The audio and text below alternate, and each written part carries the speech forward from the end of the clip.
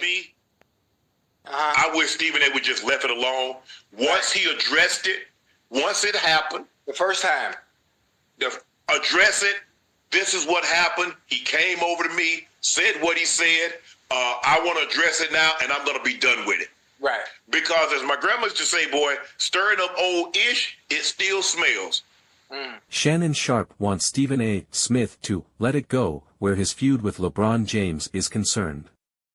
During Wednesday's installment of his Nightcap podcast, Sharpe encouraged Smith to move on after making the matter with James personal, just weeks after the Lakers superstar confronted the First Take host over comments he made about his son, Bronny James, on ESPN in January.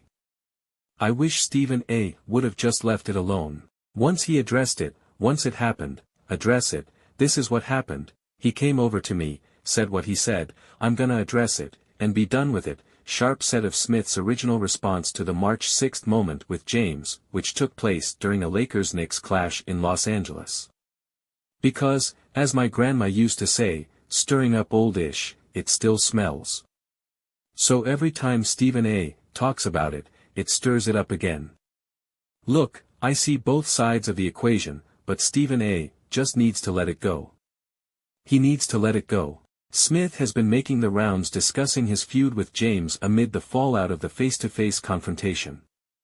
Back in January, Smith sent a message to James pleading with him, as a father, to stop exposing Bronny, 20, as an illegitimate NBA player.